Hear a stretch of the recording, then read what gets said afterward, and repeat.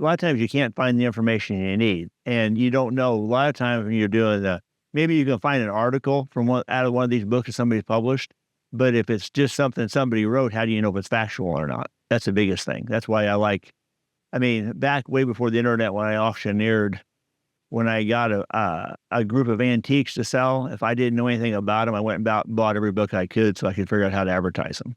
And I still think that I still sit there and look through books because there's like some of these other books I brought with me are some early, I guess is an early book from like I think late 90s or sometime in the 90s. It's done by Brunner.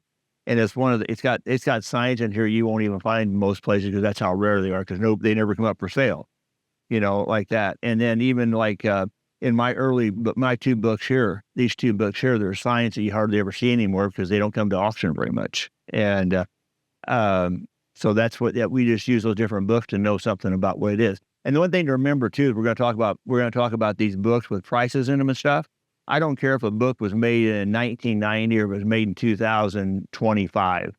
The prices in books are to give you an idea of the value at that time. That don't mean that's the value of it today. It can be a lot higher, it could be a lot less. A market value is what a knowledgeable buyer will pay a knowledgeable seller. That's the market price at that time. And this is a 1923 or 24 products for Red Crown gasoline. And the numbers, there's always numbers at the bottom of those signs and nobody never knew what, most people don't know what they mean. Well, right here it tells you exactly in here when that sign was used and what the number means and all that kind of stuff. So it just gives you more static. It also shows you how they were used. Like they call these are sidewalk signs. So a lot of people think they put in a lollipop base. Well, right there, it shows you it went in a stand.